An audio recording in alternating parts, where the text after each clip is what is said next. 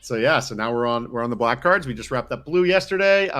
Infestation Sage, 1 black, 1/1.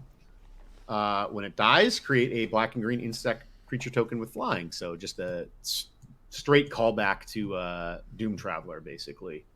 I don't know, solid. Like, I think there's enough 1 toughness stuff where this kind of can be an okay roadblock against some decks or whatever. I'm more curious, and I actually don't know. I haven't done a scouring, so my ranking on this card may change drastically as we see more cards. Mm-hmm. But if there's enough stuff to do with the sacrifice outlet, because I know we have like a 2-mana 2/2. You can sack stuff to put counters on it or something.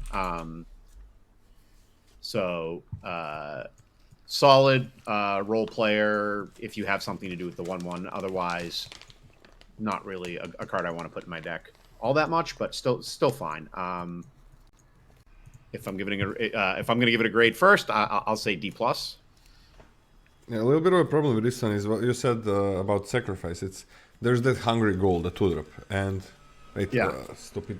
Why is every fucking day I have these neighbors that like when they start drilling, it's for these guys. Let the neighbor upstairs. He was fucking drilling for like 6 months. I had to change so many things on the stream, so the sound sounds fine. But now when I'm with you, I gotta like remove things so there's no echo and fucking neighbors, man. Anyways, it's what do you drill for like every day for 6 months? Like what's going on? Like, okay. I don't know. Anyways. Hungry Ghoul is the 2/2 that you mentioned that for 1 mana sacks another creature and you put a +1/+1 counter on it. And that's kind of nice, right? But costs 1 mana, so it's not like it's free. It's a big deal that it costs 1 mana, right? And then there's the Eaten Alive, which is not really a payoff. It's like that 1 mana exile target creature. You're saving some mana, but you're not. Yeah, it's just like 1. So on common, we don't really have anything. That's about it across all the colors. Mm-hmm. When we get to uncommon, we don't really get much more. We get that we get one black card and the black uncommon. And what about that amulet? Is like, I don't think that's still good. Yeah, I mean that's interesting, but I mean that's not like something I'm looking to do, right? If for some reason the amulet's already in my deck, maybe this card gets a little better. Like I have a bunch of the threaten card. I think it's called like. There's a common threaten card, yeah. Or something. But yeah, I'm typically very low on cards like this, famously. In Shadows over Shadows over Innistrad with Shadows of the Past package, it was incredible. Like the 1/1. What you said, like Robbie. What was the name? I forgot. Which set? It was from Innistrad, right? The 1/1 that. Doom Traveler. Doom Traveler. Are you talking about Doom Traveler? Yeah. Or are you talking about? Okay. Yeah. The white 1/1. The white 1/1. What is the? That makes a spirit. Doom Traveler. That's the Doom Traveler. I don't know if there was another version of it, but. Okay. Yeah, that one was kind of great there, but I'm not sure how supported this is. I don't think this can be bad though. Like it kind of fits. Really need to play with the set, and maybe after the set review, I'm gonna go back and change this card. I'm gonna start it as a C. I can see it being even a C+ if you really care about. Like this is a good 1-drop if you care about. If it's able to trade with creatures, it's great. Yeah. Yeah. If able to like. Be profitable in combat, yeah. Or if you can buff it enough with some things, like the pick or something. Not that great with the pick, but if you can buff it a little bit, then like with +1/+1 synergies, maybe it's gonna take a little bit more, but we're gonna see. We're gonna see how good. If the 2 mana 2/2 that sacks is good, then this is gonna be pretty damn good. So I'm starting as a C. I think it's fine. What do you give it? A D+? I give it a D+. Yeah. I'm not a fan of 1 mana 1/1s. Never have been.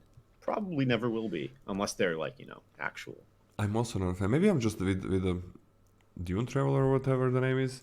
Maybe I was just... I don't know if you're talking about Doom Traveler or the one that everyone loved that had the flashback mechanic, whatever it was. No flashback, just exactly the same card, but it makes a spirit. Doom Traveler was a white version of that. I don't remember if it was in Shadows over Innistrad. It was, I think, in Innistrad, and then came back as Shadows from the Past when we had it on Arena. Okay, next up we Oh, got Stab. could we set up the thing so that it's only showing black cards? Yes, can you read the next The one so I can set it up? yeah. All right, next one we got Stab, aka Disfigure, as you'll hear me call it. 1 black mana instant. Target creature gets -2/-2 until end of turn. Love Stab, love Disfigure. Efficient removal, also doubles as a combat trick. You can just win a combat with a 4/4 against a 5/5 or whatever with it. But just the fact that it gives you a huge tempo swing, this is kind of like what you're looking for out of a cheap black removal spell. Helps you when you're on the draw, which is big. It's going to be able to kill the Healer's Hawk that we keep talking about. Efficiently. Even with a pick on it, Lola. Even if that's the counter. I'm gonna give Stab a B-. It's not like premium or anything, but I'm always gonna be happy to have them and take them pretty aggressively. Yeah, it also acts as a combat trick. That's a really nice thing when it's not just 2 damage, right? It's gonna make your creatures not trade maybe with something. I'm gonna be minus as well. This is I mean, the only times that cards like this are bad when black is not too good, right? Like the only times cards like this are bad is when the format gets like super grindy and all about card advantage and bombs and stuff like that, and this just doesn't contribute to that at all, right? If the format's at all tempo related, which I think this one will be, then cards like this are always good. But there's been some formats where it's like really grindy, where cards like Deadweight and stuff have kind of underperformed, but they're still never bad. They're just not, quite as good, and they end up at like the C level or something instead of the B- level. And of course, I think black is going to be fine, but if black doesn't work, just these cards that are not splashable become bad, which was the case a couple of times in the last year, with black being kind of medium. Like in Duskmourn, it's not that great. Eaten Alive. For a black, we get a sorcery as an additional... Hold on. Did you fix the thing? Because it's not on my end. Fixed. I didn't fix the thing. You read the next one. I fixed it. I guess it fixed it only. Oh no. Yeah. Because I missed a card too. That's the thing I didn't even input it. But yeah, I'll read this. We got Eaten Alive. This is a reprint. 1 black sorcery as an additional cost. You can sack a creature, or you pay black 3. Exile target creature or planeswalker. Exile's pretty big. Maybe not necessarily in this set, but all those when it dies effects get shut off. But yeah, this card. So this is kind of there is like it. There's that combo with the threaten, which is a common again. Mm-hmm. So that's kind of supposed to be what black red is going to be doing. I think a lot of the time is you're going to be looking to get extra value out of cards like this. This is the bake into the pie is kind of like the straightforward removal spell. This one is the more mana efficient one, but it does have that cost of sacrificing a creature. So generally, these cards are kind of like a C-. It really depends on how much support we have and how much extra stuff you're going to have laying around to sacrifice. You don't like these cards tend to have a little bit of diminishing returns because you're either paying 5 mana or you're sacrificing stuff, and you just can't do that a lot. So I don't take these cards very aggressively. I'm usually happy to pick one up, but I don't want to have like 3 or 4 of them in my deck. So I don't take them very aggressively. So I'll give it a C-. I'm pretty happy having this. It's like the being able to play to pay 5 mana to exile anything is huge, right? It's agree. It's way better than Final Vengeance was different. Final Vengeance is probably the best we've seen out of a card like this. Yeah, you sack the because rooms. There's always stuff laying around. But yeah. Yeah, 1/1's rooms. But paying 5 is huge in that late game scenario where you really don't have any. There are gonna be boards always like where you don't have anything to sack. Even with Final Vengeance, there were sometimes the boards where you're like, oh shit, I gotta sack a real creature, but I gotta do it.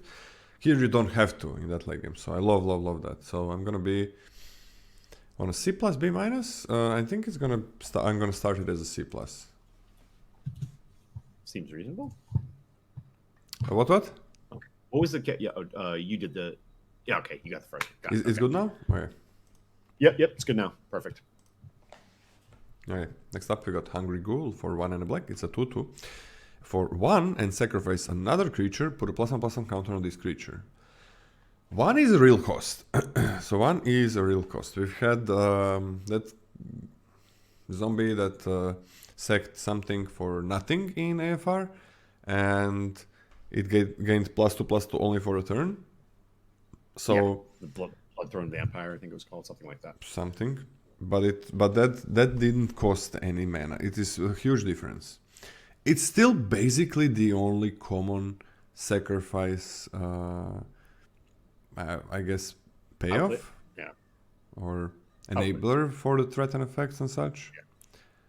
So this is, I think, gonna be a pretty good black 2-drop. It's depending on the deck. I can see it just being really good card C+, but I kind of have to play with a set, I think.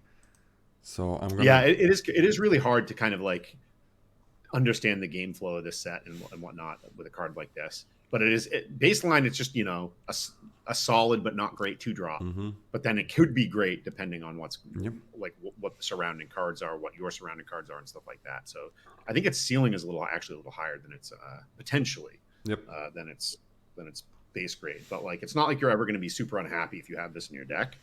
So it's got to at least get that C, I think.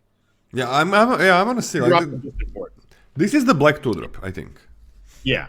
This is very likely, you know, going to just be your common black 2-drop that you look to get. Yeah, I think the Sage is maybe gonna just be a C+. We're gonna see, or the 1/1. I think it's gonna be really good, actually. All right, just a C for that one, because we got next 2-drop. Yeah, C for me as well.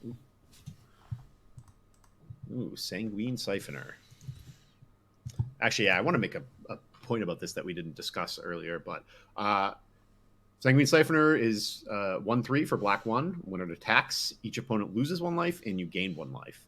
So these kind of cards are generally, you know, just look at this card in a vacuum, it's pretty bad. Mm-hmm. Yeah, it hits for 2. It doesn't get to attack into that much. Like every 3/2 will brick it. So it just isn't going to consistently be able to attack, unless, of course, you're putting something like the pick on it. You have 2 picks in your deck or something, this card gets a little better. But it is supposed to enable the gain life synergy stuff, which is also something we didn't talk about with the lands. Something like a Johnny Pridemate will get pumped by the lands. So you will have a lot of ways to trigger the gain life stuff. But I don't know. I see cards like this and I want them to be good, but they're generally just very bad. It's a D for me, but it could go up. It really depends on how well supported the life gain stuff is, and basically your surrounding cards. If you have, you know, equipment to make this thing be able to attack, then maybe, you know, any creature will do. But I'm pretty low on this. It's a D minus for me. I'll be happier with just a 2/2 with the pick. Exactly. So I'm kind of on a D minus, but let's give it a D.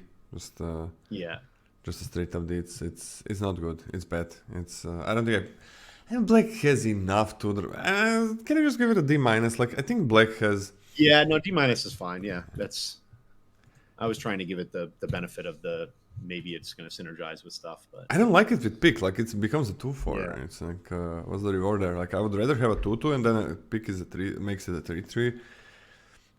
Yeah, this is. Black has 2-drops. We've seen some in blue. Maybe don't have that many 2-drops. Here you have a 1-drop. You have 2-drop. We're gonna get another 2-drop soon. Don't think there is room for this. So 3 things that compete with it for the early game. So yeah, it's just bad. It's bad at blocking, bad at attacking. Why play it? I think, and I don't think live gain is supported much. It's gonna be uncommons. Yeah. And as you said, there is so many ways to gain life, so don't think you need this one to gain life. So it's uncommons.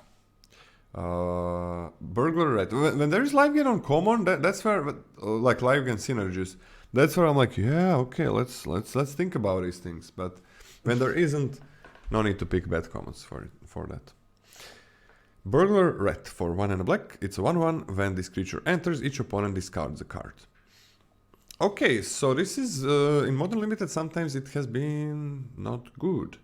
Usually it's because the format is too temp orientated. We've had some of those in the recent years, but this format doesn't feel like it, and I like the card quite a lot. There's it's kind of nice with the 2-drop. You can sack it at one point. Not too bad, I guess. Not crazy good.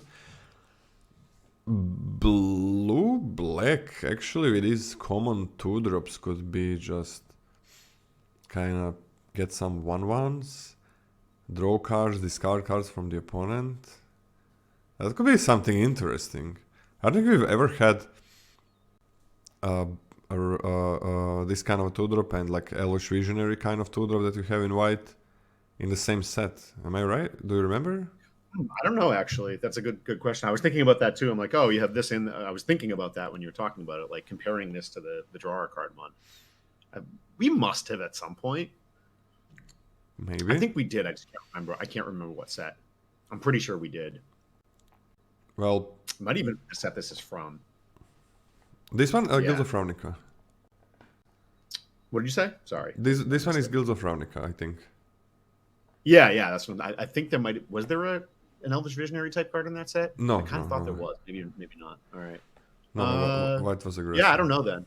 There's been so many Ravenous Rats and so many Elvish Visionaries that I kind of feel like they've had to have overlapped. But I don't remember. So I'm going to see. I think this card is good. I'm going to see. I'll give it a C-. But yeah, it's the same thing. Like, I'm never going to be super unhappy if this is my deck. I'd much prefer play this than the last 2-drop we said that much. This is also a card like you're never down raw cards with this. And these cards tend to be much better when they're able to trade with other 2-drops and stuff.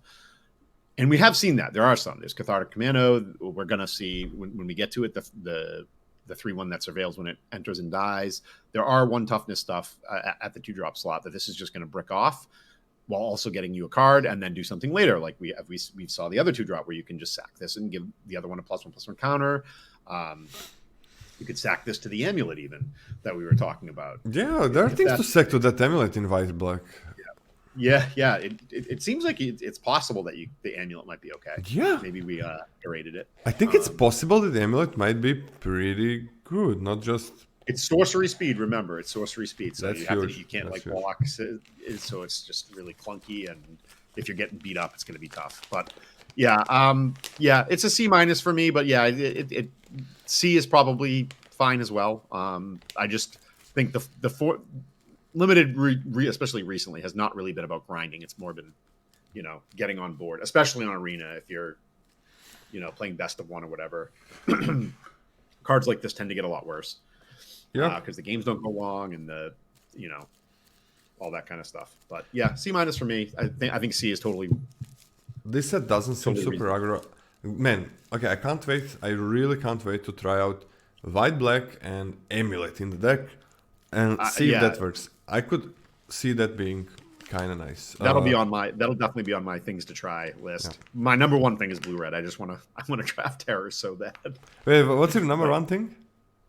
Blue red. I want to draft blue red really badly. You want to draft terrors and 1/3 and Balmors?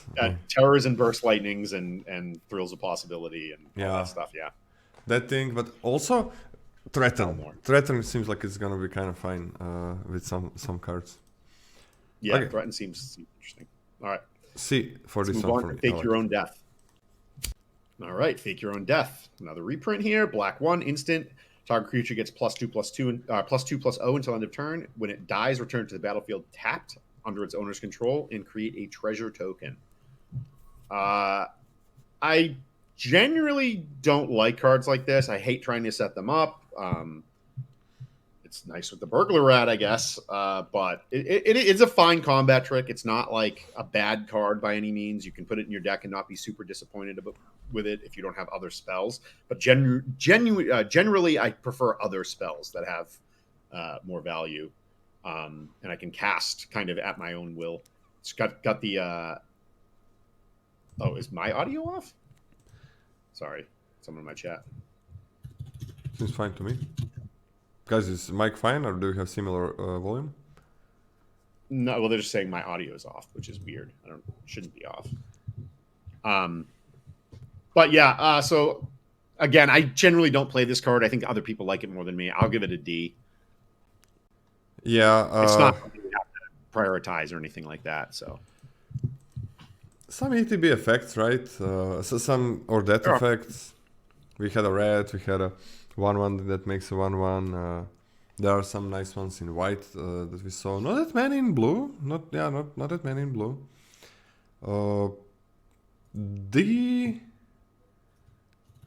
D plus, just a fine trick, I guess. I'm okay with a D. I'm okay with a D on it.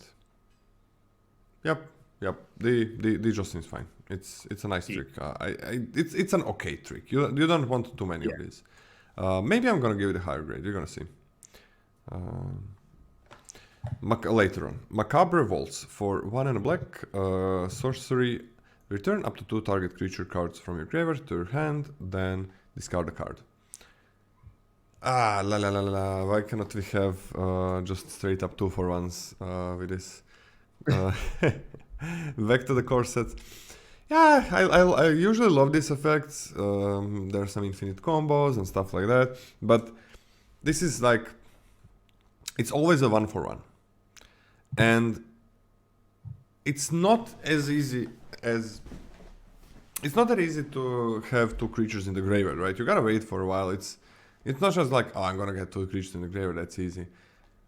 And it not being a 2-for-1 is huge. It does enable some interesting strategies, maybe in blue-white and so on, but it does cost a bit. This costs a bit too much. I prefer it to be like a 3 mana, get 2 creatures, just a Soul Salvage or something like that, where you can enable infinite combos and stuff. Mm-hmm. But just a D+. It's fine in some decks. Yeah, it's a D for me. It's just like a card you're going to get, and you're going to want it sometimes and you're not others. And it's also going to depend on what your opponent's doing, right? Mm. Cards like this tend to be like really bad against like white aggro decks or whatever, because you're not grinding with them. You're just trying to put stuff on the board and stave off their aggression. But in grind your matchups, sometimes these are your best cards. So kind of wildly matters what your opponent is doing, more so than what you're doing in a lot of cases with a card like this. And you will get one. Like every draft you're drafting black, this will be a card you'll find. So, and you don't want a lot of them, like you said. I'm not as worried about the fact that it's not technically a 2-for-1.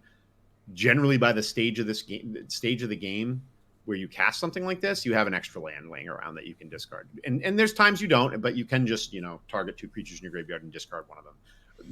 We've had this card in the past with Madness a lot, and we don't have Madness here. So, yeah, it's a D for me, but. It's more so I scale it down because it's going to be very easy to get. Yeah, that's true. And you don't want multiples. Yeah. Move it to a D for me as well. I'm on a D as well. Yeah, it's like even in core sets, this card doesn't depend. Like it's not like the effects like these are better or worse in core sets. It's just. Yeah. Nah, whatever. Just a D.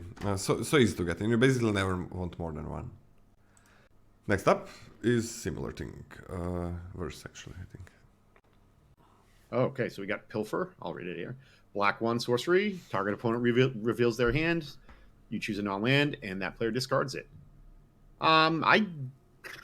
This is kind of one of those ones. I actually saw a tweet about this card specifically yesterday from Carl Sarup, who's a really good limited player, saying that this card will be extremely underrated. I'm gonna underrate it. I'm gonna be underrating it, I guess, then. Oh, me too. Now, that is what I was gonna say is on Arena, especially if you're playing a lot of best of one, cards like this are gonna look a lot worse than if you're playing normal, MTGO limited, where a lot of the times people are keeping hands that are, 5 lands and 2 good spells, right? Because you don't have the hand smoother fixing your hand to make sure that best of one on Arena, your hand almost every time is 3 lands, 4 spells, and this card looks awful in those scenarios. I hate it without hand smoother. I hate it in Arena best of 3 in paper as well. Well, I don't always hate it. Again, it's going to be matchup dependent. Like against my blue, it's one of those cards that's always better against me than it is good for me. And again, that can just be my opponent's not casting it when it's going to be bad or whatever. But you don't see the times it sits in people's hands, that kind of thing.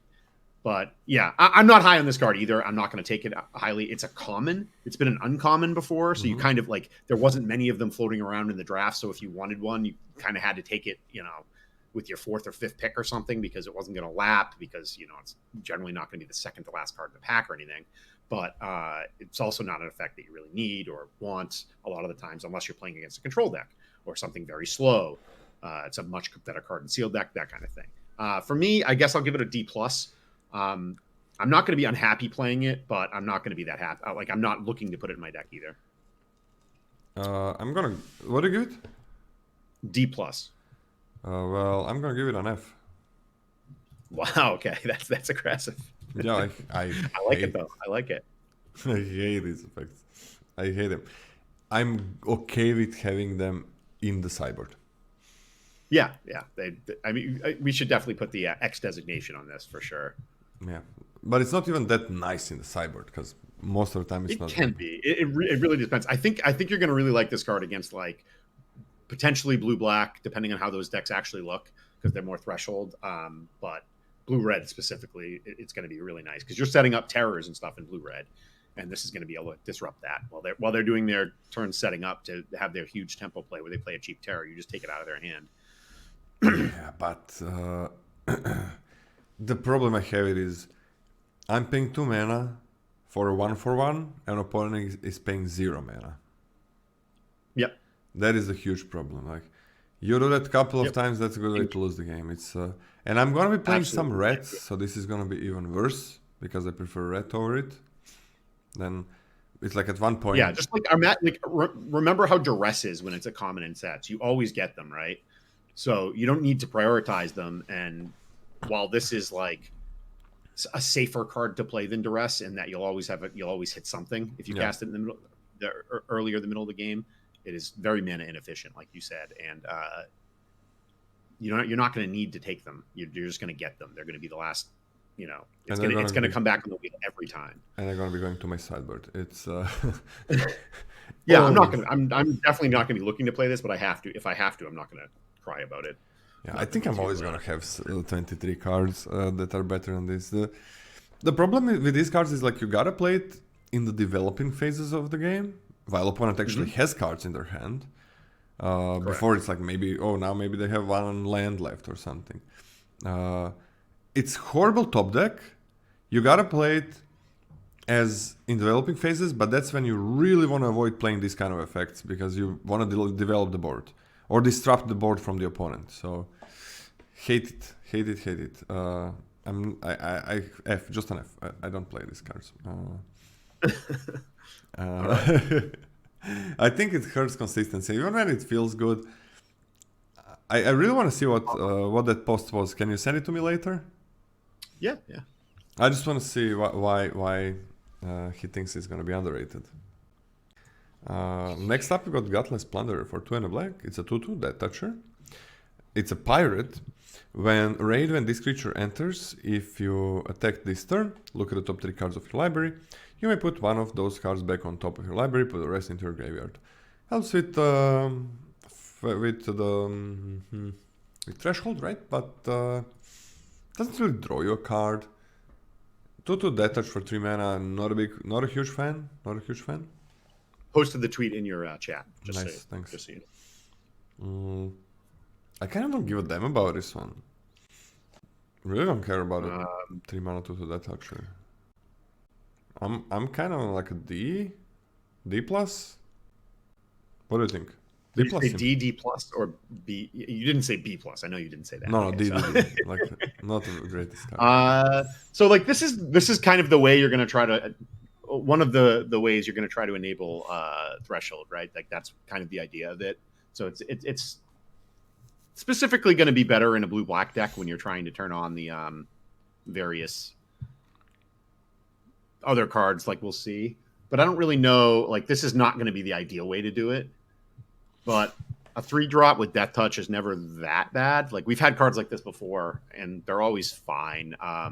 Yeah, D plus is probably where I would have it. I could actually see it being a C minus though, in specific decks if you're really trying to turn on Threshold for certain things. So what's your final grade? But like the raid part, like setting your library, the card selection part of it, that's not really what I'm looking to do with this. It's more just getting the raw cards into my graveyard to hit that key 7 number. And also this is, it'll trade off itself, adding another card. So what do you get? I give it a D plus, but maybe a C minus. I'm just gonna start this D plus and maybe go lower with it. Not a big fan. Right. Okay, this is interesting but weird for this set. Yeah, I think we both have D plus on this. All right. Whenever you gain life, each opponent loses 1 life. Marauding Blight Priest, black 2/3/2 with that ability. I don't know. I hate this card. I always hate this card. I don't think it's good. I don't know. Even if there's support for it or whatever, it's just not a big enough gain. The body's too small. You can put it in your deck. It's not a disaster, but if you really need a 3-drop, that's generally not the case in modern day Magic. 3 and 4 drops specifically tend to get very glutted. Even 2 drops in this day and age. They've been making a lot of 2 drops. Not in this set. Not in this set, I think. Yeah, this set's a little more tame than the last 1 or 2, I guess.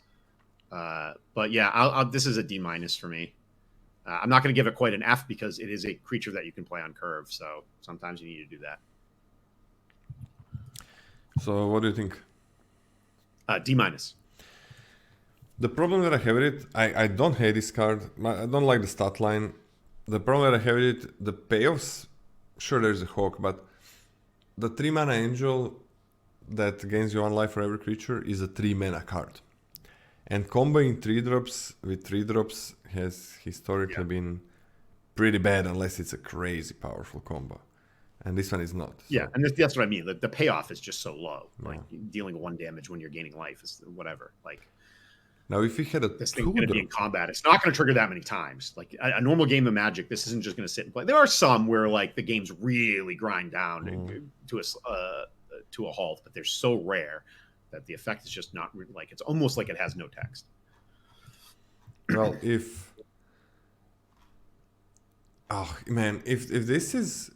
there was a 2-drop that gained you life, that had the same effect as a 2/3 angel, this would be better, right? With 2-drops, you can double spell with them. You can play them on 2 and then start gaining life and dealing damage. You can double spell on turn 4. Mm-hmm. It's huge difference. But without that, just whatever. I'm on a D. It's not a good card. Just very fillery. Very fillery. All right. You want to read it or you want me to read it? Did I read? You read the last one? Okay. I read the last one, yeah. Crypt Feaster for 3 and a black is a 3/4 menace. And when you have Threshold, whenever this creature attacks, it gets +2/+0. For that is fine on attacks, nothing special on attacks. 5/4 menace is pretty good, I guess, but that's not what it is. On the defense, it's always a 3/4. I don't care about this 4-drop. I really, really, really don't care. Black, I don't know, black started out pretty good, and now it's kind of getting a bit messy. Yeah.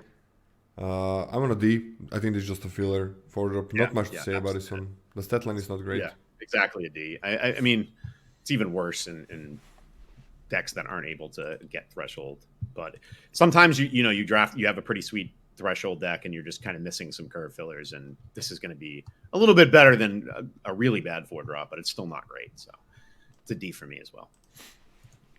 It's I don't want my 4-drops to need extra work to be kind of fine. I want them to already be fine. When I play them on curve, I want them to, be at their peak. Yep.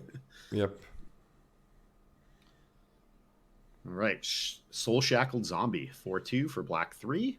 When it enters, exile up to 2 target cards from a single graveyard. If at least 1 creature card was exiled this way, each opponent loses 2 life and you gain 2 life. This one's interesting. This one's like, again, this is a format where this is at least exile up to 2 if at least 1 creature. So you get so if at least 1 creature trades. So this is going to trigger very, very frequently. Yep. Almost to the point you can just read it as if it's going to drain for 2 when it enters. I don't know. I like this card. I think it's not great. 4/2 is not.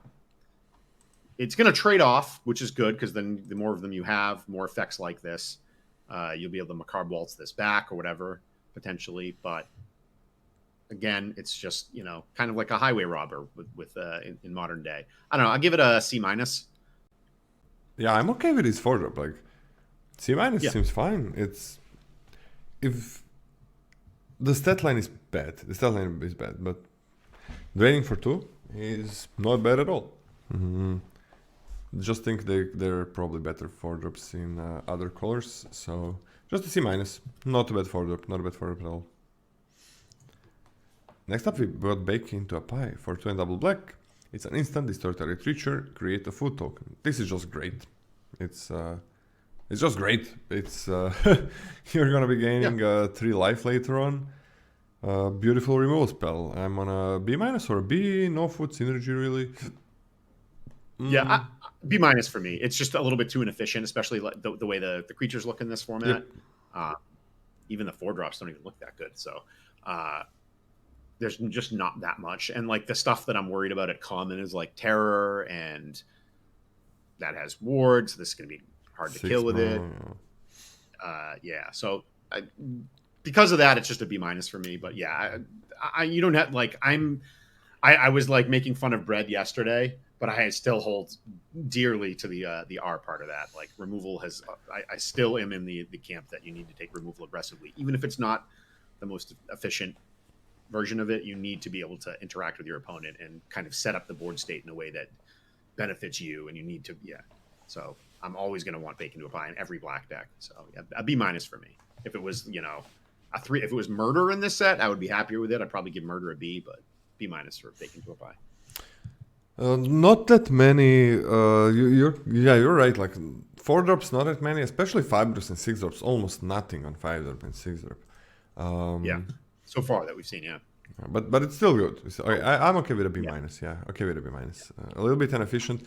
The 4-mana removal spells get worse if most creatures cost way less. But you're also going to be sometimes putting counters on things, so it's going to be fine to kill it. Very fine to kill a 2-drop.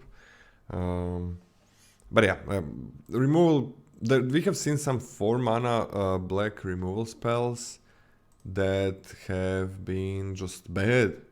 Because because the effect is bad, it's because we've seen cards like this be sorcery speed and be the best common or one of the best commons in the set, and we've seen them be, we've seen Murder last set where people were, it was wheeling constantly, right? Because it was just not that important. It was not what the games were about. I think it was good, the Murder. I think the problem was every color had good removal. You don't need to. Yeah, you don't need to tell me. People are always like, "Oh, Murder! I have to take Murder. Oh my god!" And I'm like, "Yeah, okay." I mean, I'm chopping at the bit to take my mid-pack Murders, but I think Murder is fine in the last set. It's just like black is not great, so you're rarely a main black. So, but when you are, Murder, why not? Okay. Oh, weird. Yeah, this one is weird. I remember reading this. Vampire Soulcaller, black 4/3/2 flying, cannot block. When it enters, return a creature card from your graveyard to your hand. This is a cool card. I like how they did this because Gravedigger is so. Here's the thing: it can return more copies of itself, and they've kind of gone away from that. They don't like the Gravedigger into Gravedigger thing because they don't want you just infinitely blocking stuff. So the way they fixed it is they've made this not be able to block, but gave it the ability to attack well because it's flying. It's a grindy card. The problem is the creature can't block text is just, I think, a little bit too bad here. I don't know. Like, I could see a world where this card is fine, but many times in many formats you print this card, it's just not good. Even though it's a 2-for-1, it's just too expensive. Doesn't hit hard enough. So I'm a little bit conflicted where to put this. I'm gonna start it as a D. I could see it going up a little bit or even down to an F, like just because it's way too inefficient. I'm gonna start as a D-. Cannot block is like basically the worst drawback you can have in limited. It is so important to participate in combat. I don't know why Gravedigger in today's limited Gravedigger into Gravedigger is really nothing special. Like getting 4 mana. No, they just don't like it. Yeah, they just don't want games to slow down like that. Yeah, I don't think games slow down with Gravediggers. It's just like because it's not that good. It's just not that good. I'm gonna start as a D minus, but I kind of feel like it's an F. It's Yeah, just I'm with you. like it's a 5 mana 3/2, which is a really bad stat line. It cannot. I don't know. Can you give it an F? I'm on an F. Give it an F from me. Okay. Like I get this is a Vampire Soul Caller. my 5-drop needs to. If 5-drop need to do anything, it's block. Yeah, Like D minus. if there is the one thing that I want out of my 5-drops, out of all the things that I could choose, it's blocking. It's like Yep. I paid 5 mana to finally play a creature, and I'm not getting back. Yeah, this is the kind of card you really can't cast unless you're ahead. And that's every 5-drop that you cannot cast unless you're ahead is abysmal, I think. Yep. Chaining this together, I mean, opponent just can say I'm not gonna block it, so that's not gonna work as well. If you're ahead, like if you expect to be ahead, like some kind of aggressive deck, like then why not just play anything else as well to propel your lead? Yeah, I don't get it what happened here. This is the one I would like to ask, like what happened to this card in testing, because cannot block on a 5-drop. I don't remember ever seeing that, at least in the Oh, we've had some cards, but yeah, many moons ago we've had cards yeah, like yeah. that. I wanted to say like at least in, well, kind of far past. Maybe super long time. 5-drop that cannot block, man. Whoa, why? It doesn't even have a good stat line and it can't block. Yeah. I guess people. I guess they don't. What if this had lifelink? Like flying lifelinkers are kind of broken, but this definitely could have just had lifelink. Yeah, it could have been a lot of things. Yeah, I don't know. They probably just didn't want it to be that good. I mean, they could have just let it block. It would not be that good then, even, right? No, I would be pretty happy playing if it could block. It would be like a 5 mana 3/2 Yeah, draw card. it wouldn't be like it wouldn't be the best black common or anything. What about a 5 mana 3/2 card that draws you a card? A 5 mana 3/2 flyer that draws you a card. What do you think about that? That would be a good card. Yeah, that's like we've had versions of cards like that, haven't we? Yeah, I think it is. Close. Some Yeah, kind of. yeah. I mean, we kind of have one of this at a 5 mana 4/3 that draws a card if you attack. Yeah, I mean, but that's a 4/3. That's a huge difference, right? Yeah, no, I know. Yeah. Well, even that didn't get a great grade, right? It's like it's a good card, but it's not broken or anything. Yeah, I don't know what happened. Like all of a sudden, the black common started dropping significantly. It's but it has good 2-drops, so it has good early game. So that's kind of nice. That's always good for a caller. Does it have good 2-drops? I don't think the 2-drops are that good. I like the 1/1. I like the 2/2, just because the other 2-drops, the other callers are not. The 1/1's special. grindy. There's a 1/1 that creates a 1/1. There's some good removal spells. Okay, yeah, black doesn't seem bad. Okay, Darkgraph Ghoul. We are on to uncommons. For black, it's a 2/2. This creature enters tapped. No, don't care. D. Yeah, D. I was going to say it's just a generic, like, yeah, it's in the same campus of Lions. If you're able to play it on turn 1, you're usually pretty happy about it, but you're happier not being than able with to the block Alliance. Yeah. in the middle of the game and stuff like that. I'm not going to be happy. I'm not going to take this early or anything. It's better than bad 2-drops, but Why is this an uncommon?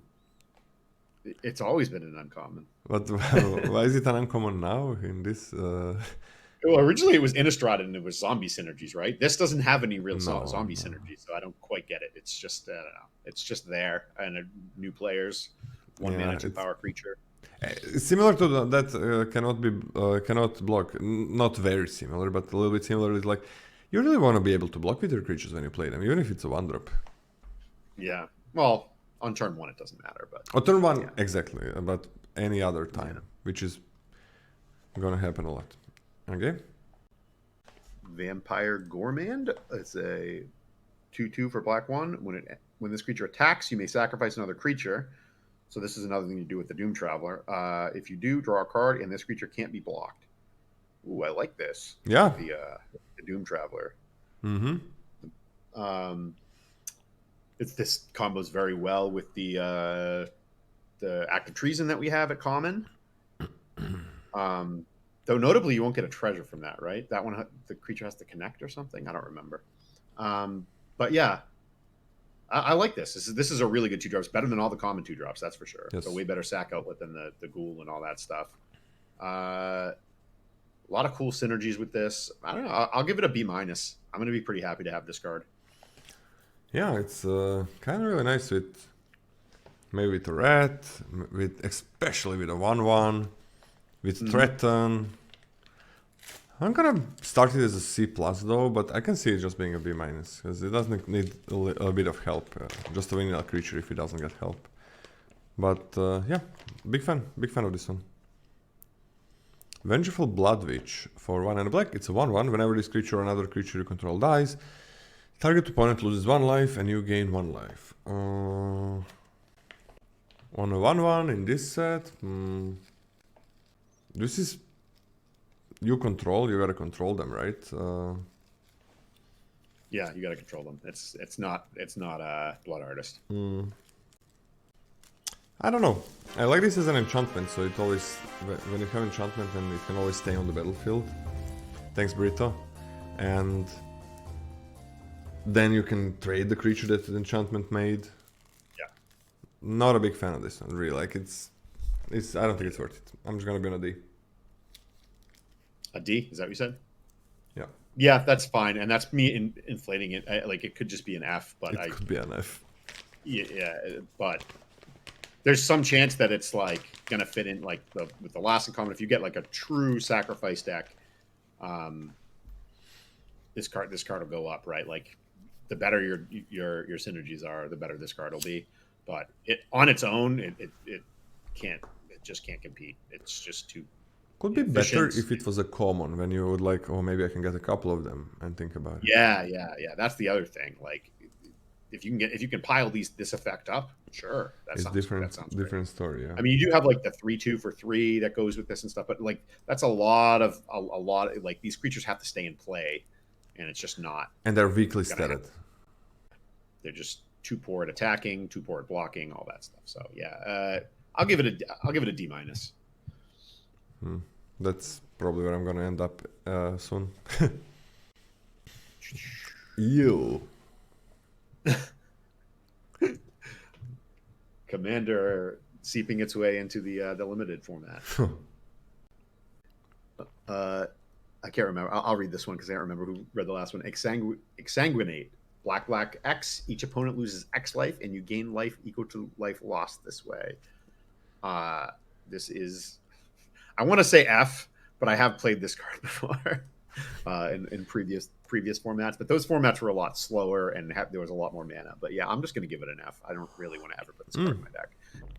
You have a couple of picks, and you got your mana sink. I guess that is true. You with the pick in an aggro black deck, you could use this as a mana sink. It's horrible though. Yeah, it's so bad. It is so bad, yeah. Man, I really want to give it a D-. Yeah, that's what I was. But I don't think I can. But I don't think you play this. Sure, maybe there's gonna be that one deck, but basically every time it's an F, so let's just give it an F. Reassembling Skeleton for 1 and a black, it's a 1/1. And for 1 and a black, you can return this card from your graveyard to the battlefield tapped. Okay. That can be a 3 mana +1/+1 to your 2-drop. That can be, it can be a 4, like, once you play it later on, it can be like a 4 mana +2/+2 on the next turn. There are some things. Discard it to the Macabre Waltz. What? You can discard it to the Macabre Waltz. Oh, that's true. Crazy. And that's maybe that urn or whatever the name is that sacrifices creature is gonna be more playable. The amulet, but yeah, it looks stuff like this. I don't see this being good in this set though. It was okay in some core sets. M19, I think. I'll give my opinion. This card always overperforms for me. I'm always underwhelmed by it, and then it always just ends up being better than I thought it was. That is actually true. It was better. But that was just so long ago. I know it was so long ago, but like this does feel like we are taking a step back a little bit too, right? It's not quite core set from 2019 or whatever, but it is moving in that direction more so than into the future. So the format's going to be slower. There's plenty of synergies with it. It's just a C for me, but I think it's going to be just a solid card, not a great card, nothing like that. But I'm not going to be unhappy to play it. There's not many things that sec is the problem. There's that uncommon, and there's not many.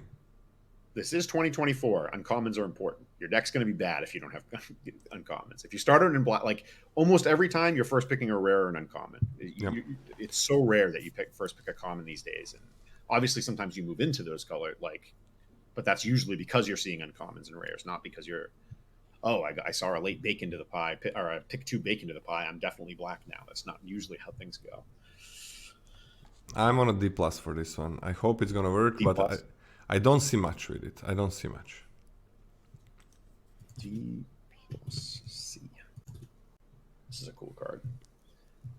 Infernal Vessel, black 2/2/1. When this dies, if it wasn't a demon, return to the battlefield under its owner's control with 2+1/+1 counters on it.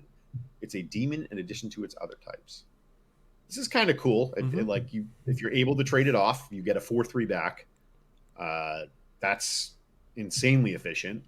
The problem, obviously, is that it's undersized for a 3-drop. But it still does trade with a fair number of 3-drops. I can't imagine ever cutting this from my deck. I think it'll be one of my best 3-drops a lot of the time. So I'll give it a C+. Yeah, same. I could even go higher. I'm going to start as a C+ as well, just because it's understated when you play it. But not bad at all. Not bad at all. Midnight Snack for 2 and a black. It's an enchantment, and it says raid at the beginning of your end step. If you attack this turn, create a food token. For 2 and a black, sacrifice this enchantment. Target opponent loses X life, where X is the amount of life you gain this turn. Huh. Some interesting things here with black-white. With a Hawk and with a 2/3 lifelinker. You don't care about his food. This set really doesn't care about food, I think. About artifacts that you can sack or food. And it's also 3 mana, don't impact the board. You can get a lot of food. Yeah, so that's my issue with this card is it seems interesting. Oh, maybe I'll sack a bunch of food and deal them 9 in one turn. Well, that was 9 mana. It's not like, even if you have all the food in the world, you still need the mana to sack the food and actually use it. Yep. Which just isn't going to be the case, and this isn't just doing nothing. Before that, you're not casting this on turn 3. You're casting it on turn 6 while you're attacking or something like that. Or it's just it's an F for me. I'm gonna basically never play this card in my deck unless there's unless this card starts vastly overperforming for some people for some reason. I'm never putting this card in my deck. Yeah, there's like those dream scenarios where you are white as well and you're attacking with your lifelinkers and you just. Opponent knows they're gonna die. You somehow deal 9 points of lifelink damage in this turn. You sack 1 food and sack this, and it's really, really strong. There'll be some great screenshots with this. If you're trying to clip farm, this is a good card. But you know what? To win, I don't think. I'm gonna be super generous and give it a D- and probably gonna go to an F later. But I think like D-, when we're thinking about dream scenarios, it doesn't happen often or almost ever, but. I think there might be a deck for it, but this is probably gonna be one of the worst uncommons in the set. Yeah, it is so bad, man. Can I give it a D-? I'm gonna give it a D- in hopes, but all right, probably an F. Probably an F. Seeker's Folly, black 2. Choose 1. Target opponent discards 2 cards, or creatures your opponent control get -1/-1 until end of turn. It's a cool mind rot effect because it's flexible. One or the other will generally be pretty good. It's kind of weird. Sometimes Mind Rot's just better against aggro because they've unloaded their hand, and you can really, really cripple their. If you're able to stave off their early aggression, you can really, really cripple their end game by making them discard. And obviously, the -1/-1 is going to be better against that. I don't know. I don't think I'm going to want to play this card in my main decks ever, but it's a sideboard card I'm interested in. There is go wide token strategy stuff. Yep. Elves or cats. And then again, against like, slower decks or whatever, sometimes you want a Mind Rod, especially when you're on the draw, something like that. But so it's going to get the X designation for me, and then I'm just going to give it a D. I'm just gonna give it a D minus. It's pretty bad, but X yeah, sounds very good. It's gonna be okay in the sideboard. And these effects are similar. Like what you're paying 3 mana, opponent isn't, like Pilfer. But there are some sets where it's the Minder has been good. Like I think it was Zendikar Rising, where we had Kicker and like kind of infinite combos from the graveyard, and then you disrupt them with every black deck wanted a Mind Rot. Sure, it milled them and things like that, but the biggest reason was, in the late game, the power was coming from the hand.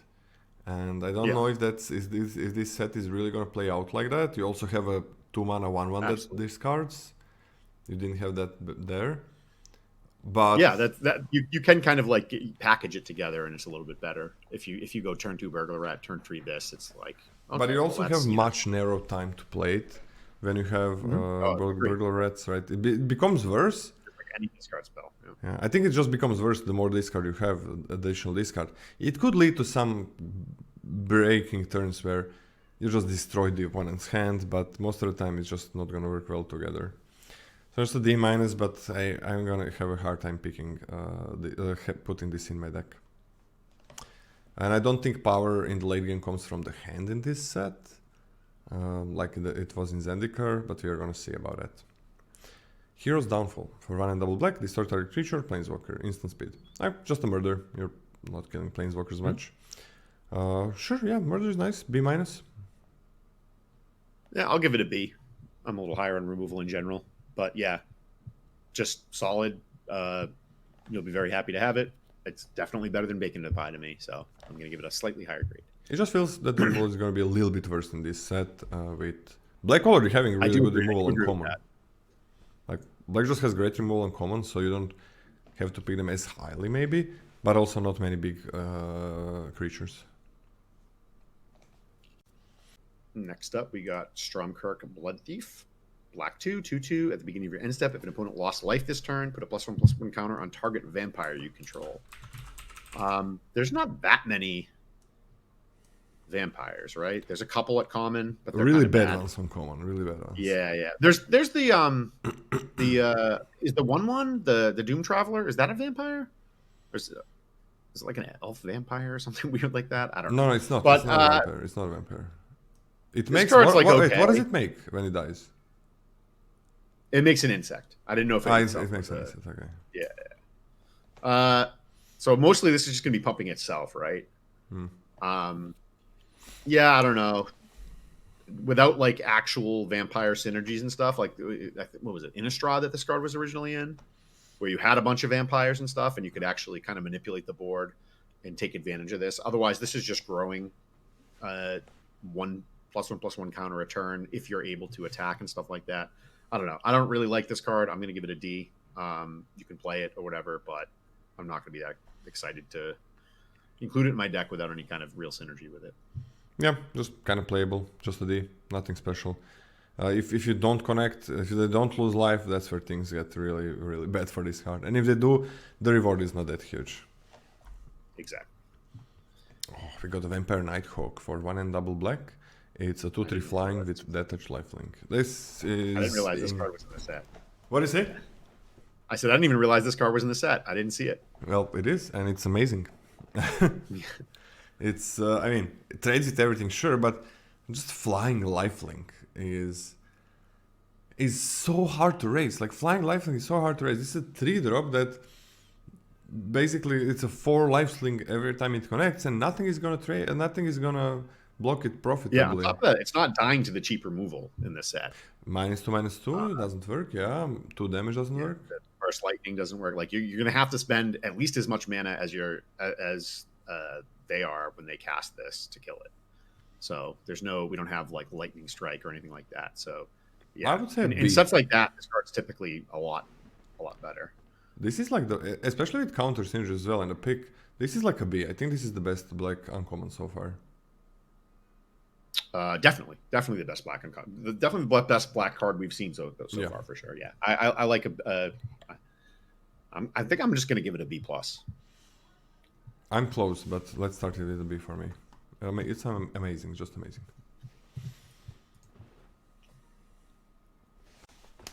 This is kind of cool. Yeah, Billowing Shriek Mass, black 3/2/3 flying. When this creature enters, mill 3 cards. With Threshold, it gets +2/+1. Yeah, this is a cool card. This is kind of a payoff for that black, that Death Toucher that we saw. Way more, like, this is definitely better than the Menace creature, right? Oh yeah, because it's self-enabling, which is important. It's kind of hard because like I don't know how reliably you're going to cast this on turn 4 and be even close to Threshold. Because if my turn goes like this, I play this, I don't have Threshold, but I untap, I do.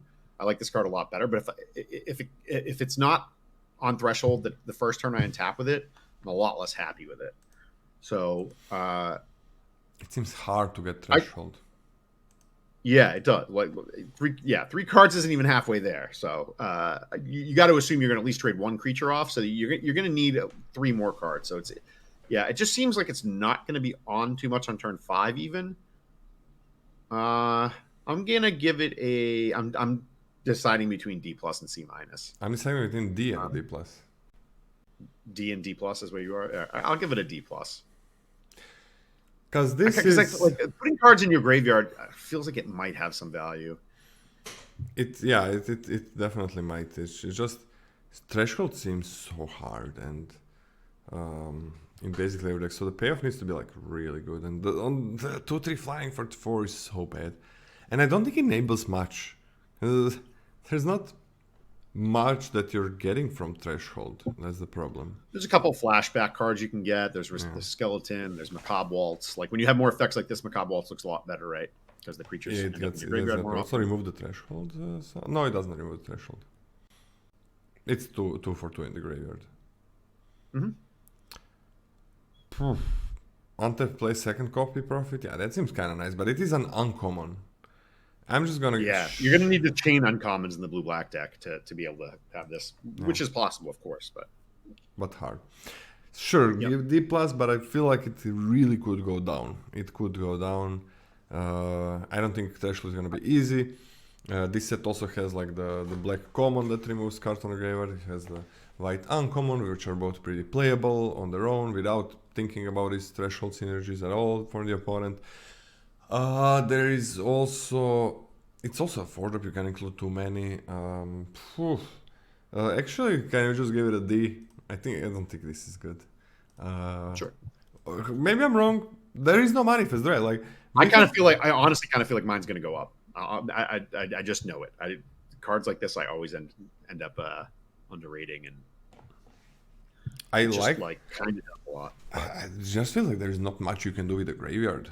That's the thing about milling, and doesn't feel much. I love playing with the graveyard, but I don't see it. There's that 3/2 garbage. There's Macabre Waltz, I guess, and I don't think it's going to be profitable to do this. Maybe with Terrors in Dimir. Yeah, there's that too. Nah, I don't know. Not a big fan.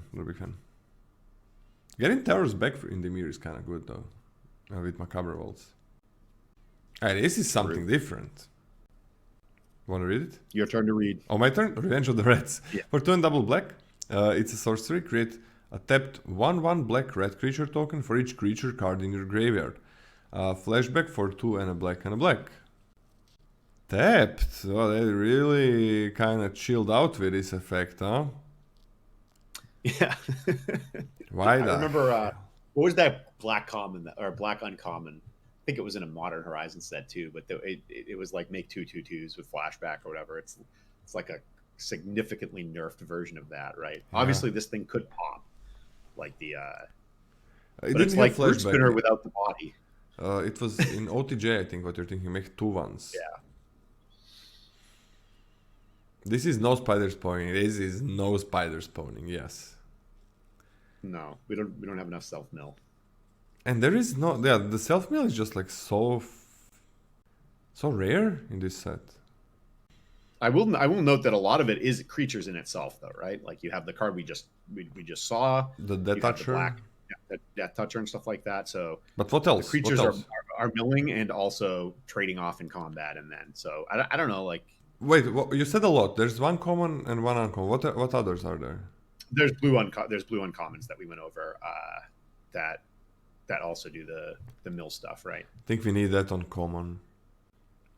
I think we need that on common for this to work. Like creatures, kind of like in Terrors Beyond That, the 4-mana 3/3 that mill do for 3 or 4. Can't remember that Naga or something. When it entered the battlefield, things like that. The 2-mana creatures that mill you. 2-mana 1 on Death Toucher. Where was that mills you for a couple? Yeah, I think this is gonna be bad. I think it's just gonna be bad. I'm just gonna give it a D. Yeah, I love these effects. Love it. Yeah, that's the thing. I think there's going to be times you can actually like put together a deck that's trying to do this when you get a lot of uncommons and stuff, and you'd be like, oh, okay, that's nice. Yeah, like this might actually be like a way to close the game in absence of like good rares or something. But in general, you're not going to put this in your typical black deck.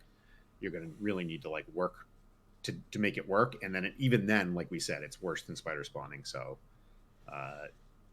yeah. A D for me, it is like kind of a draft around that really isn't that powerful, even when you get there. I think this could go down to D-F. The problem is... Yeah, I mean, it could just be an F if it's just never playable. The tap rats are kind of obnoxious, right? Like, generally you want to be able to put 5 rats in play and make it really difficult for your opponent to attack. Yeah. They're like, you're playing for this card, you're playing for it, and then you finally play it, and it didn't help you at all in blocking. At all. Yep. That's like, that is so... The big part of the spider spawning was, okay, first, crap ton of more self-mill in that set. Second thing, you play that, and it can block literally anything, except unblockable creatures, of course. It can block anything. And the blocks are fine, because the spiders are 1/2s. The reach, the untapped part is like, you get back in the game. Like, you played for it and you got back in the game. This thing doesn't really get you back in the game. Like, you need to be doing fine when you play it. Can you move it to D- for me? Yeah, that's fine. I'll leave mine, but yeah. I hate giving it to D-. I'm not going to play it very often. I love this type of effects. I love them. One of my favorite things to do in Magic, but you can't... The text is there. The text is there. You can't pretend it's good.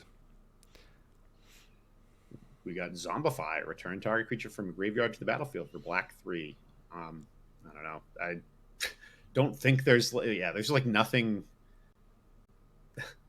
Even I'm trying to think of like some kind of sweet combo you can do. Even Progenitus get shuffled back in, which is in this set. Yeah, this card is I don't know, a D- for me. I don't really think. Yeah. Maybe there's some spots where you're going to play it. I don't know, maybe terrors or something and blue black. And like, there's some scenarios where you can put it in your deck and it's not a disaster. But you're never going to draft around this. This isn't like the last set where there's a reanimation theme. None of the high end creatures outside of rares are all that impactful as is. So this is just kind of like a raise dead effect, basically.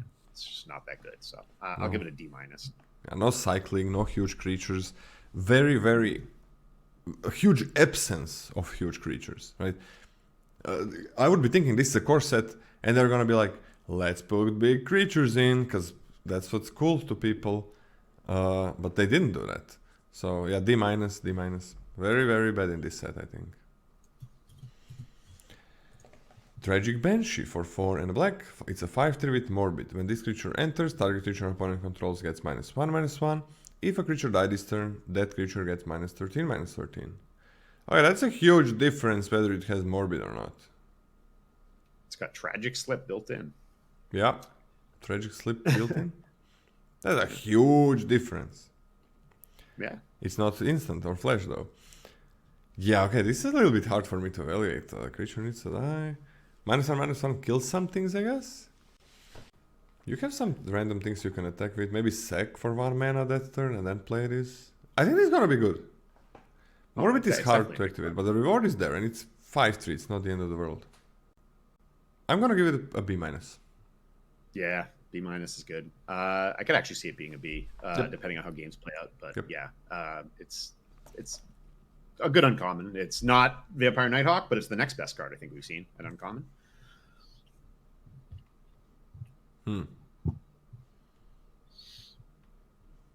What do you say? It's the next? It's the next best card we've seen in black outside of Vampire Nighthawk, I think. Ah, okay, yeah, that makes sense. But again, Morbid is not super easy, especially when you like need to activate it as you're playing this card.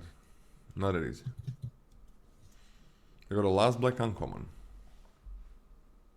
All right, Arbiter of Woe, black 4/5/4 flying. As an additional cost to cast this, sack a creature. When it enters, each opponent discards a card, loses 2 life. You draw a card and gain 2 life. I love this card. I really like effects like this. This is, I guess, like one of the cards you would try to zombify or whatever, but you don't really need to. Like, it's easier just to cast it or whatever with your random stuff. Gives value to that 1/1 that we were talking about, the Doom Traveler. I generally overrate these effects. Like, I really like the the demon from the last set that most people hated. But that one is also a 7-drop, right? Yes. This is a 6-drop. It's. I mean, if you discount the fact that you have to sacrifice a creature for it, it's a 3-for-1, right? And the sacrificing your creature part is not necessarily that hard. I don't think it's hard. Trying to think. I'm going to give it a C+. I'm always going to play this card. It might even be better than that to me, but could also see it being worse. It really depends on how aggressively or how available the Doom Traveler and stuff like that are to me. Yeah, on 6 mana, like a lot of the times, this is not gonna make opponent discard a card, right? I don't know. I one card, yeah, I think 50-50? I would say 50-50. I can't give you a percentage. I would say at least, I don't know, approximately 50% of the time. Yeah, 50-50. That seems good. I mean, it's a drain too, right? So you are gonna... Yeah. It does get you back. So you replace your worst creature for a card, and you gotta get... the reds and the 1/1 are big here. Yeah. Green also has some tokens, and red has a little bit. Blue is gonna be harder with this. But still, it works with the black cards already, so it's not like you need help from other colors. I'm gonna give it a C+ as well. I'm kind of into this. Yeah, okay. The black uncommons. I don't know. It feels like with the black uncommons, they just said, "Oh, we don't care about the synergy. We're just gonna put random cards in." Like, yeah, the synergies are well. I mean, they'll have their life gain thing here. They're kind of weaving them all together, but in a very soft way. Yeah, the other colors had like better synergies on uncommon. This one is, I don't know. It's just random cards. I mean, that thing that gets back creature from the graveyard. It's just normal effect. I've been so spoiled with every one of the kind of signpost black cards, blue cards, whatever. Like, that's the card that color gets. I've been spoiled by them getting pretty damn cool effects and different effects across the sets in the last few years. And then I expected, like, if it's gonna be 4 mana, bring something back. Where is the other part of the text? If it's gonna be like whatever, get creatures back from the graveyard, where is the kicker? Where is something other with it? So yeah, I love that, and I'm spoiled by it. I don't know about you. Yeah, I do. I absolutely, totally agree. It's my turn or your turn? I'll read it. I love this. I love this art. I just love this card. Tiny Bones, Bauble Burglar, black 1/1/3. Legendary creature. When an opponent discards a card, exile it from their graveyard with a stash counter on it. During your turn, you may play cards you don't own with stash counters on it. Key part there being during your turn, so you can't blow them out with their own counter spells and whatnot. And men of any spell, men of any type can cast those spells. And then you can tap it for black 3, and each opponent discards a card. These cards are always kind of weird. Like, we had Raven Man before, which actually put something onto the battlefield for free. Obviously, this set's a bit different. That set was probably a little bit higher powered. I don't know. I'm never going to be unhappy playing this card. It's not a bomb by any means. And it has some synergies, right? We got the Burglar Rat. There's the... I'm much more interested in playing the Mind Rot if I have this in my deck, because that's a pretty good sequence. So one question I have about this card, because I'm terrible with rules, is this isn't a static, right? Like once this creature dies, you can no longer cast those spells. I guess you could bring this back though, and then cast them later. If you Macabre Waltz this back or whatever. Yeah. Okay. I don't know. I'll give it it's a 2-drop. I'll be happy to play, but that's kind of where I'm at with it. I'm going to give it a C+. Yeah, this doesn't feel like anything special. They have a choice of what to discard as well. 1/3 is not horrible stat line. It does help you make land drops. It doesn't say. Yeah, I mean, but if you're paying 4 mana for this effect, it works mostly with reds, I think. I'm not huge into this. It's also activated only a sorcery. I mean, it needs to be. It needs to be only a sorcery, right? It's so you cannot just lock them out. Yeah. 1/3 is not good for 2 mana, right? I'm just gonna give it a C-. I think it's fine-ish, but needs too much work. It's too much work. Play this into the reds. It's really nice when you play this into the reds. That's really nice. Or Mind Rot, right? That's really nice. But I don't think that's that easy. So just a C-, and I can see it being much worse than that. Zul Ashur, Leech Lord, for 1 and a black. A 2/2, Ward pay to life. For a tap, you may cast target zombie creature card from your graveyard this turn. Wait, what zombies are there? There's Diagraph Ghoul. We just talked about it. Yeah. I don't actually know. What are the zombies? Is that a zombie? Hungry Ghoul is a zombie? I know there's a 2-drop that's a zombie, right? That's gotta be a zombie. Yeah, there's that 2-drop that's a zombie. There is a 4-drop 4/2 that drains for 2 that's a zombie. That's a nice one to recur with this. Yeah. And easy to trade. There's a Crypt Feaster. That's a 3/4 bad card, bad zombie. I mean, there are some commons with this. I like this. It's a 2/2. Ward pay to life, I guess. I'm into this. More than into last card. I'm gonna give this actually a C+. Yeah, actually, I'm gonna, just because I don't want to have these things compared, I'm actually gonna drop my Tiny Bones to a C, because this is definitely better. And I want to give this a C+ as well. It's not quite a B-. I'm not going to take this over the good removal, but you're never going to be unhappy with this. You don't even need that much, right? It's a 2-mana 2/2 with Ward, pay 2 life. And there is no you only need 2 or 3 creatures, zombies, to even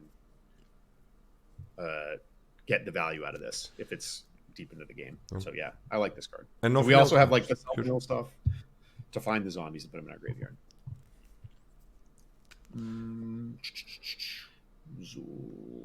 Tiny Bones just, I think, needs too much work. You're a big believer in that.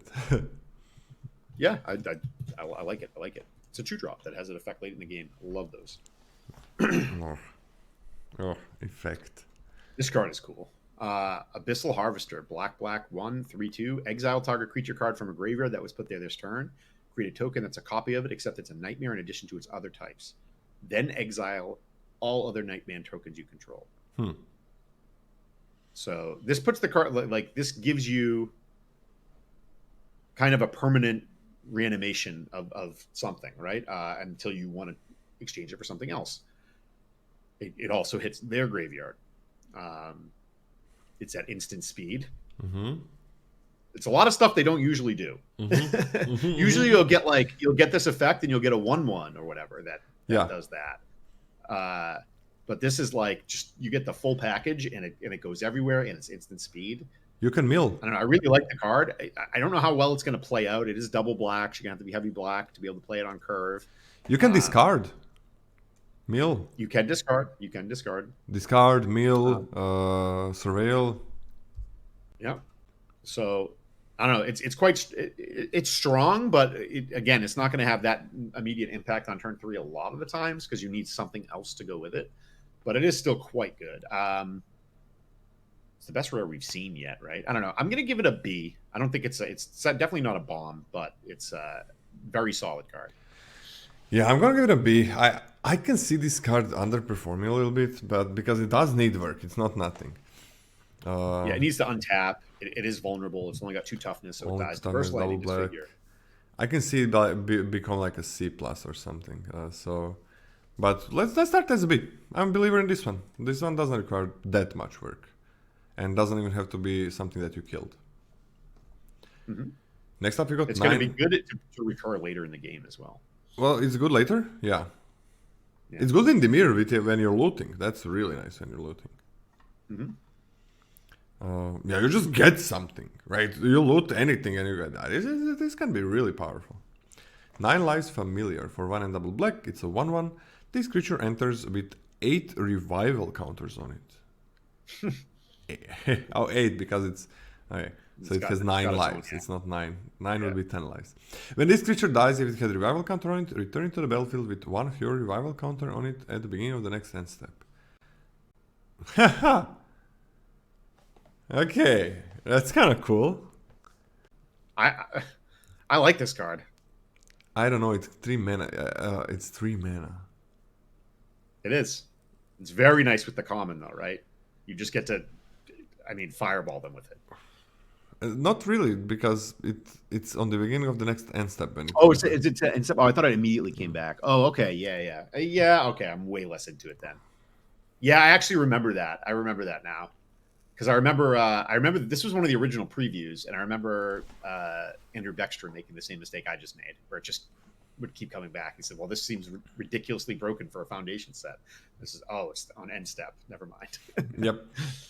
Yeah. I think it's shit.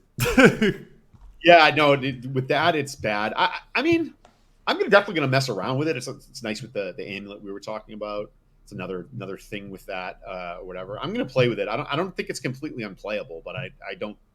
It's not a card I'm gonna value very highly. If it already fits into my deck, maybe it'll add something. But I'll give it a D. I'll give it a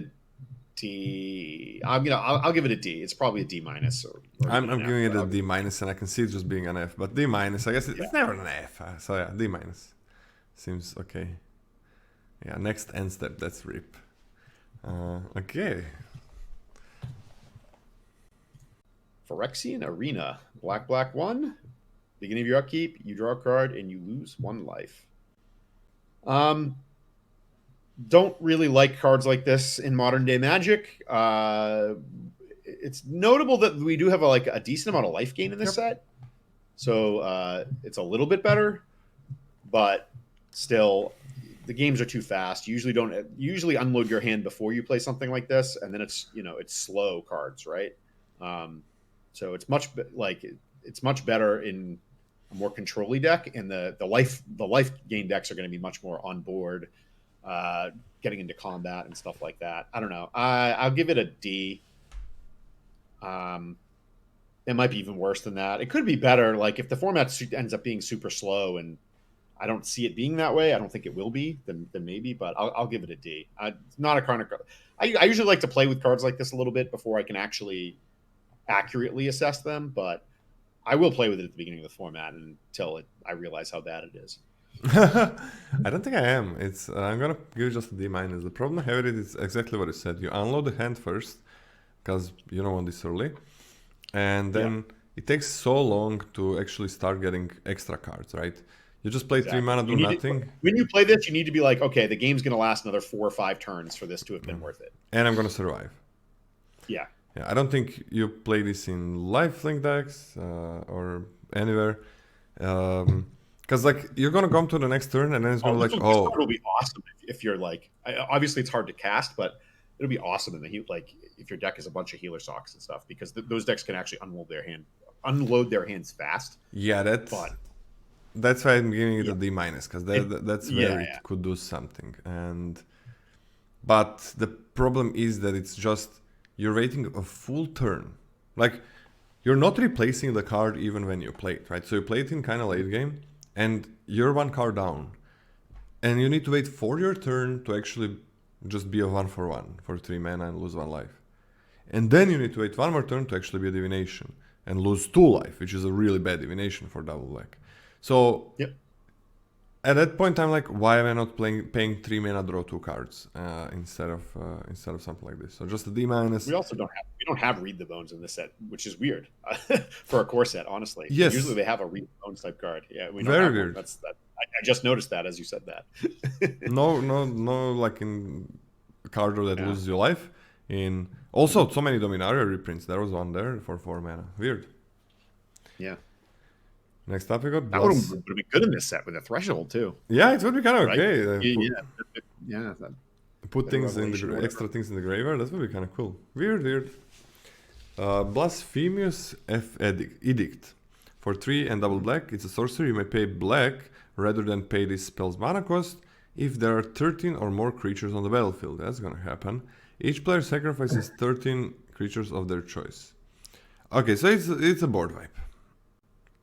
That's what it is. It costs 5. It doesn't cost 1. So 5 mana board wipe. Okay. How much do we like 5 mana board wipes? Well, the cost of the board wipe isn't, one of the card like this specifically isn't that prohibitive. Like between 4 and 5 mana, both of them are kind of okay. It's limited. It's not constructed, and it's a huge deal in constructed. And limited, you can usually, sometimes you don't cast your 4 mana Wrath on 4 or whatever. Anyways, right? You're kind of baiting out your opponent. So we have Day of Judgment and we have this, and Day of Judgment costs 4 mana, and this one costs 5, and I like this one significantly better because it's not in white. Exactly. The white is trying to be aggressive. It's not part of the game plan. Black is trying to be grindier. It's got, the Doom Traveler thing where it's got Burglar Rats. You're playing a much slower game plan, and so I like that. I do like this card a lot better than Day of Judgment. It's not. I wouldn't say it's a bomb or I don't really know how to evaluate it versus a card like Bacon to a Pie. That's kind of the level I have it at. It's probably Bacon lower. to a Pie is better. But yeah, it's probably slightly lower than Bacon to the Pie, but I at first I'm definitely going to be taking this over Bacon to the Pie because I just want to play with it more and stuff like that. That's just how I approach limited. I don't think I'm spewing too many points doing that. But yeah, I'm going to give this a C plus. Same. But it could be better. I mean, I think a lot of the rest of the format is going to be trying to put creatures on board, right? Most of the archetypes are very creature oriented that are outside of black, so it's going to be quite good against those. It is just a Wrath, and it gets to ignore whatchamacallit, Indestructible, if that's a thing. There is a little bit of that, I guess. Sec is better than Destroy, yeah. Sure, C plus seems fine. I think black could end up in more grindy games than white a lot of times. Depending what color you pair it with, obviously, it's gonna get better or worse. So C plus seems like a good average. Flying Death Touch, your opponent loses life, you gain that much. So this is like, all right, yeah, I'll read this one. Bloodthirsty Conqueror, black 3, 5/5, Flying Death Touch. When an opponent loses life, you gain that much life. Yeah, this card is just a bomb. Yep. So you play it, you attack, they lose life, you gain life immediately. So it's in some ways worse than Lifelink because you can't, like, if you're behind, it's not like a Baneslayer, right? Like a lot of the times you'll play a Baneslayer and they can't even make that lethal attack because you're going to eat their creature and gain life, and they can't do it. You can't do that, right? You play this, they have a lethal attack, they still have a lethal attack. What if you have the priest in the game? Huh? What if you have the Marauding Blight Priest in the game? Then you gain 1 life. What do you mean?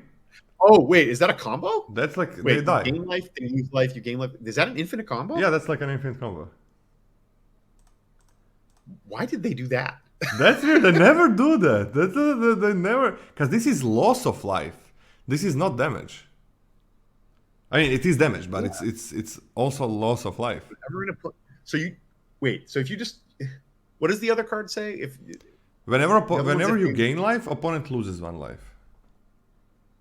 And this is whenever opponent loses life, you gain that much life. So you kill them. You literally kill them. Yeah.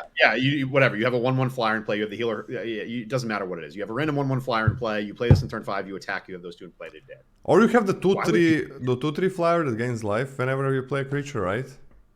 With with the 3/2. I mean, it literally legitimately makes this card in like an A plus, right? Just that's going to happen so often. The 3/2 is free. No one cares about it. You have this card, you all of a sudden you care about it. You're just like Gatling on them. That just seems. I really don't understand that. I don't. They do. I really don't. That is so yeah. weird. Well, I mean, you could do probably a lot different things with this in standard too. There's probably better versions of that 3/2 that exist too. Like, is this gonna actually be a super expensive card? I don't know. That just seems too bad. Like that. That's really a pipe dream. But it might be because it might be like a standard playable card because it is quote unquote a Baneslayer.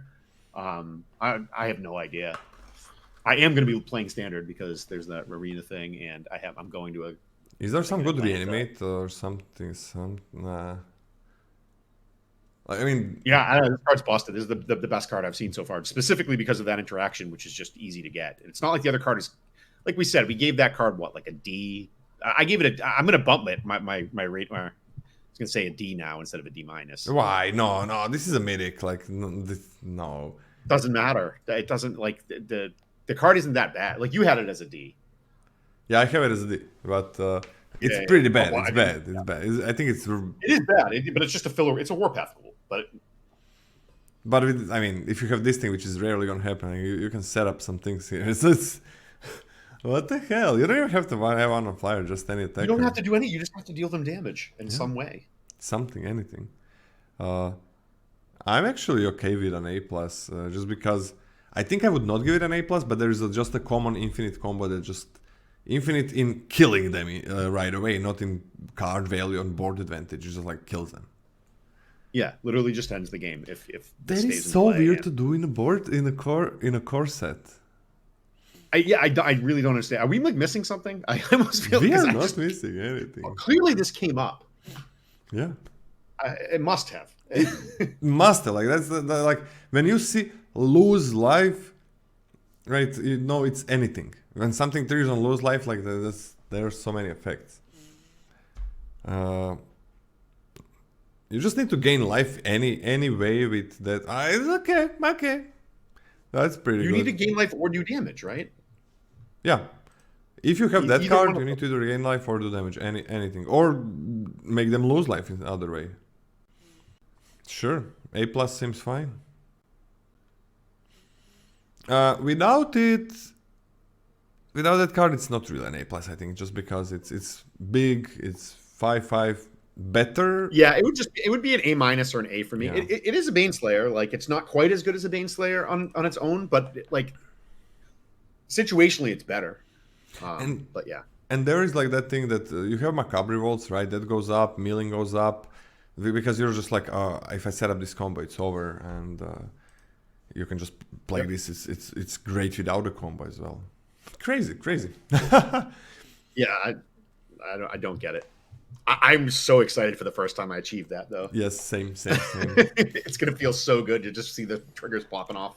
Oh, this is where best of three, like where I'm gonna be so sad playing best of one, right? Because when it's best of three, like okay, they have that combo, I gotta be careful about it.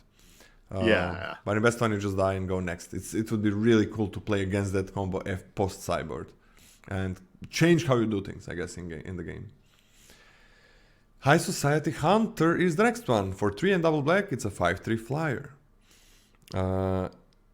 Whenever this creature attacks, you may sacrifice another creature. If you do, put a +1/+1 counter on this creature. Whenever another non-token creature dies, draw a card. Oh. That's any creature, even opponent's creatures? Yep. Huh. That's a lot of cards, man. It sure is. I like this. I would say that this is A. I'm gonna give it an A minus, but yeah, just because the toughness is a little low. But toughness is really bad. Yeah, that's true. I think I'm just gonna go. Hey man, this is a lot of cards. That's a lot of cards. Okay. Yeah. We got this one again. Black rares look good. Black rares look good. Yep.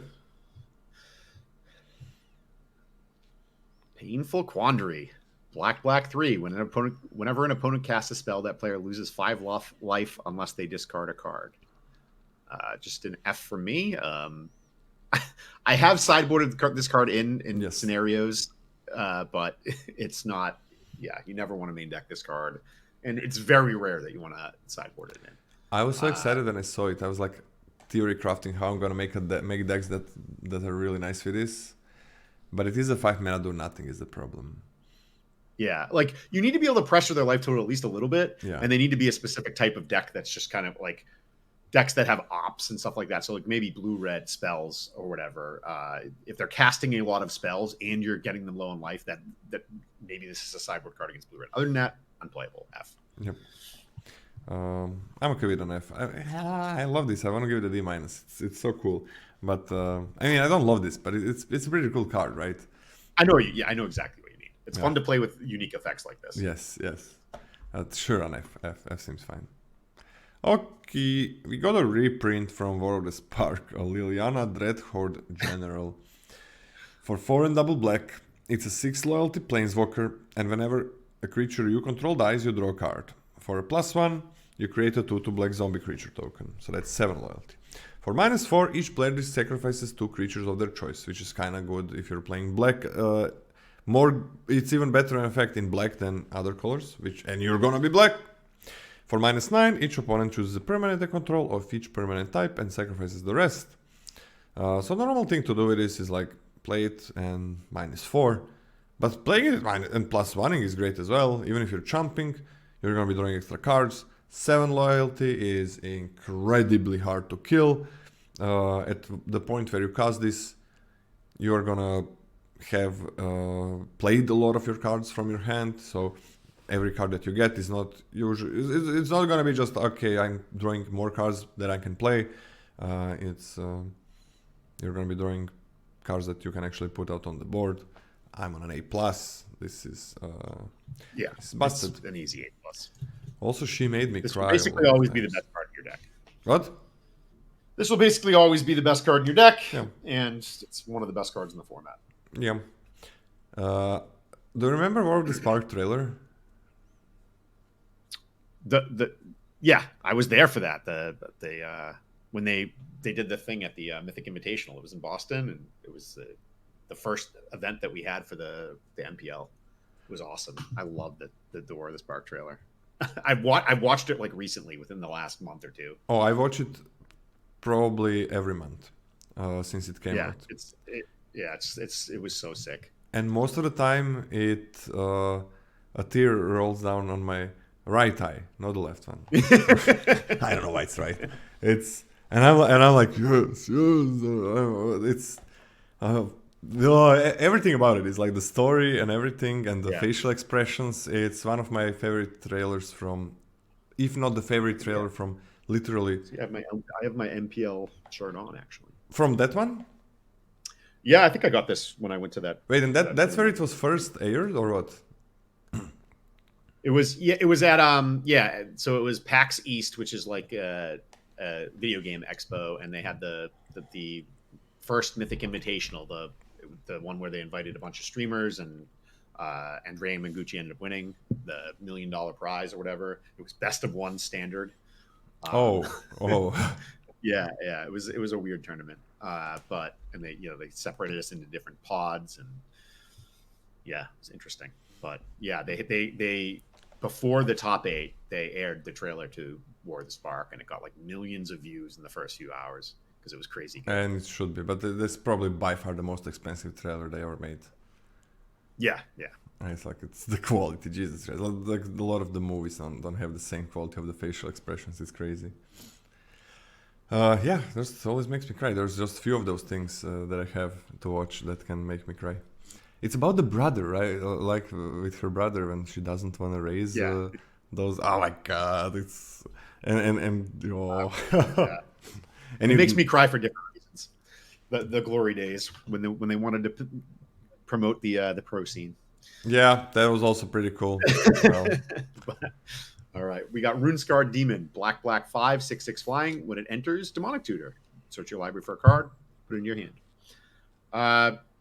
I kind of like these big splashy demon things better than most people. I like to draft it and then game plan around it a little bit. It's not a high priority card. It's way too expensive for modern day limited. But yeah, I don't know. I always end up playing these cards unless I'm like a super low to the ground. I don't think black decks are going to be super low to the ground, right?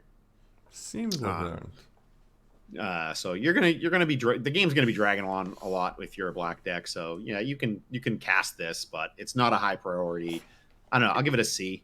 It might be a C plus, or I don't know. I could even see it being C minus or whatever too. But I'm just gonna give it a C. I'm gonna give it a C minus, but I can see it going down actually. Yeah, me too.